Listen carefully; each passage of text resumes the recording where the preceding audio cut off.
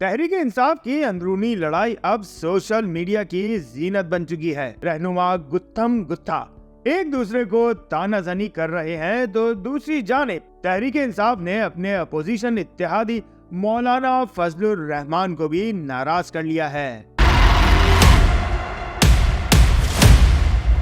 تحریک انصاف کے سینئر رہنما اسد قیصر نے مولانا فضل الرحمان سے رابطہ کیا اور ملاقات کا وقت مانگا۔ مولانا فضل الرحمان نے موقع غنیمت جان کر تحریک انصاف کے اوپر اپنی بھڑاس نکال لی اور آئینی ترمیم کے موقع پر سولو فلائٹ پر بھی اپنی ناراضگی کا اظہار کیا۔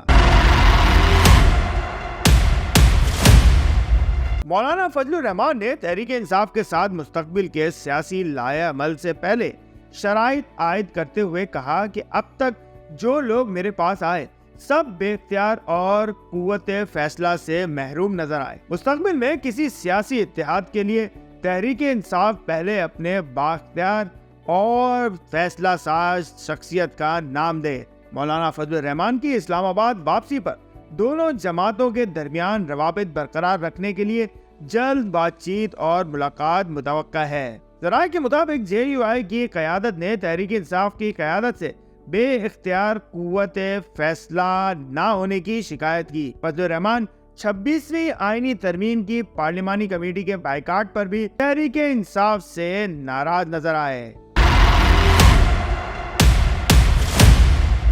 مولانا فضل الرحمان نے شکوہ کیا کہ جب آئینی ترمیم سے متنازع ترامیم نکل گئی، تحریک انصاف نے الگ راستہ کیوں چنا؟ چیف جسٹس کی تقرری کے موقع پر پارلیمانی کمیٹی کے بائیکاٹ اور سولو فلائٹ پر بھی سوالات اٹھا دیے۔